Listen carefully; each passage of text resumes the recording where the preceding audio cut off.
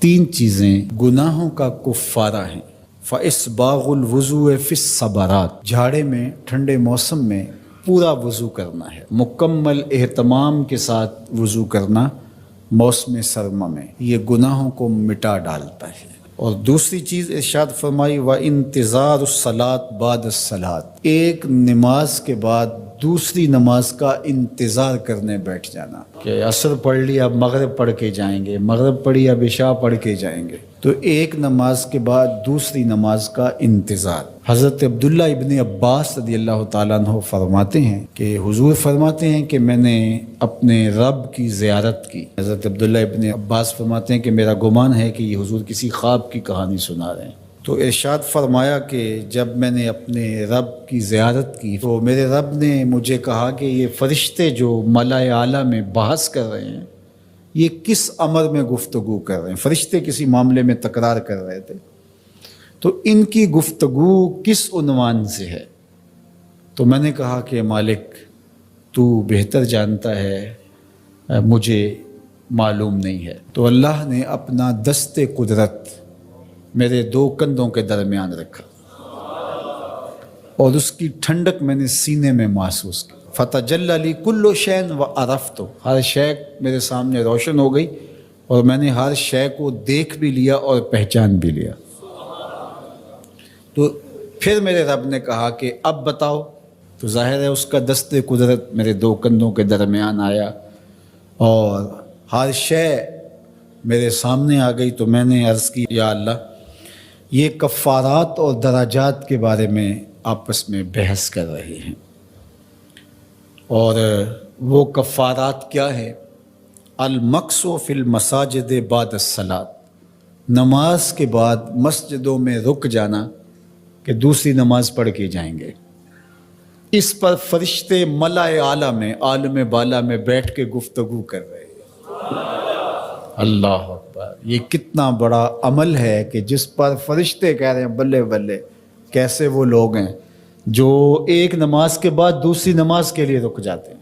اور ایک حدیث پاک میں آتا ہے صحیح بخاری میں، 7 اشخاص ایسے ہیں قیامت کے دن کڑکتی دھوپ میں جب کوئی سایہ نہیں ہوگا، اللہ انہیں اپنے عرش کا ٹھنڈا سایہ عطا فرمائے۔ ان میں سے ایک وہ آدمی جس کا دل مسجدوں کے ساتھ جڑا ہوا ہے، مسجد کی حاضری اسے بہت پسند ہے۔ دوسرا والمشی علی الاقدام الی الجماعات، جماعات کے لیے، فرض نمازوں کے لیے مسجد کی طرف چل کے پیدل جانا، ہر قدم کے بدلے میں درجے بلند ہوتے اور گناہ معاف ہوتے ہیں۔ اللہ اکبر۔ یہ طلب کی گئی کہ دعا کیجئے کہ میرا گھر مسجد سے نیڑے ہو، تو کہا نہیں، تم جتنے قدم چل کے آتے ہو اتنے تمہارے گناہ معاف ہوتے ہیں، اتنا ہی تمہیں ثواب ہوتا ہے۔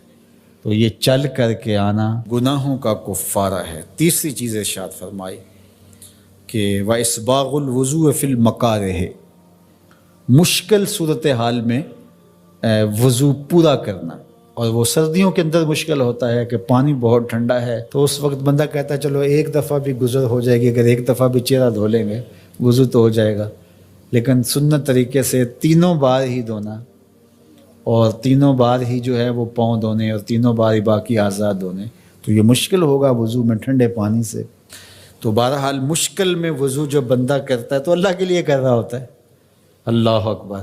تو اللہ تعالیٰ کو یہ بڑا پسند ہے، اس سے اللہ گناہ ختم کر دیتا ہے اللہ۔ تو یہ 3 چیزیں کفارات میں سے ہیں، یہ گناہوں کو مٹانے والی چیزیں۔ اگر کوئی شخص تمہاری دعوت کو قبول نہیں کرتا، لیکن دعوت دینے والے کو تو اس کا فائدہ ضرور ہوگا۔ اور دوسرا، مسلسل نصیحت کا عمل اثر انداز ہوتا ہے۔ روزانہ ایک قطرہ پتھر پہ بھی گرے تو ایک دن پتھر میں بھی سوراخ ہو جاتا ہے۔ جب آپ تسلسل کے ساتھ محنت کریں گے، لوگوں کے ساتھ ذاتی ربط رکھیں گے اور ان کو خیر دینے کے لیے جذبات سینے میں موجود رکھیں گے، تو کوئی وجہ نہیں ہے کہ وہ آپ کے ساتھ کھڑا نہیں ہوگا۔ تو اس لیے معاشرہ خراب ہونے لگے تو اپنا کردار آپ کو ضرور ادا کرنا چاہیے، اور جہاں جہاں آپ کو خرابی نظر آ رہی ہو وہاں پہنچ کر کے اس راستے کو روکنے کے لیے عملی جدوجہد اور کوشش کرنی چاہیے۔ تو یہ ذمہ داری ماں باپ کی بھی ہے کہ وہ اپنی اولاد کو نصیحت کریں، اپنی اولاد کو خیر پر گامزن کرنے کی کوشش کریں، ان کی فکری تربیت کے ساتھ ساتھ ان کی عملی تربیت میں بھی کوشاں رہیں۔ اگر والدین اپنی ذمہ داری سے دستبردار ہو جائیں تو پھر اولادیں جو ہیں وہ خیر نہیں حاصل کر پاتی۔ اگر اچھے والدین بھی یہ ذمہ نہ لیں تو ان کی اولادیں بھی خراب ہو جاتی ہیں۔ اور اگر کوئی شخص کچھ کوتاہیاں بھی رکھتا ہے لیکن اس کی کوشش ہو اور وہ محنت کرے تو وہ اچھے نتائج حاصل کر پاتا ہے۔ تو اس لیے سب سے پہلی ذمہ داری والدین کی ہے۔ اس کے بعد پھر استاد اور معلم کی ذمہ داری ہے کہ وہ لوگوں کو خیر اور اچھائی پر گامزن کرنے کی کوشش کرے۔ اور پھر اس کے بعد یہ ممبر و محراب کے جو وارثین ہیں، ان کے پاس جب لوگ آتے ہیں، چل کر آتے ہیں، وقت نکال کے آتے ہیں، تو اس وقت کو غنیمت جانیں اور ایک ایک لمحے کی قدر کیجیے تاکہ آنے والے کتنا وقت لے کر آئے ہیں۔ آج تا حد نظر لوگوں کا اجتماع ہے اور میری اطلاعات کے مطابق جو ہے وہ باہر بازاروں میں بھی لوگ جمع ہیں، اور جہاں جہاں تک آواز پہنچ رہی ہے، لوگ وقت لگا کے، لوگ پیسہ خرچ کر کے اور اپنی مصروفیات کو ترک کر کے یہاں پہنچے ہیں۔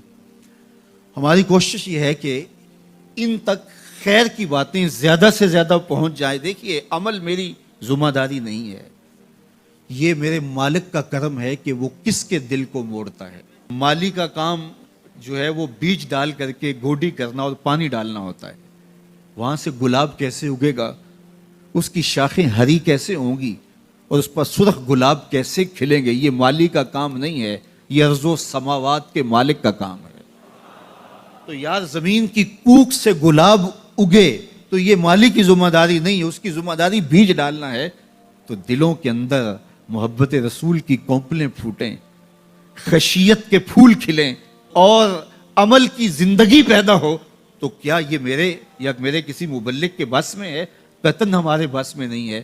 ہمارا کام بیج ڈالنا ہے، اس کو پانی دینا ہے، پھر مالک چاہے تو اس سے گلاب پیدا کر دے، مالک چاہے تو اس کو جو ہے مختلف رنگوں سے مالا مال کر دے۔ اس لیے ہمارا یہ کام ہے اور اس کو ہم ہر صورت کے اندر اور پوری حکمت کے ساتھ، پوری محنت کے ساتھ، لوگوں کے وقت کی قدر کرتے ہوئے لوگوں تک میسج اور پیغام پہنچائیں۔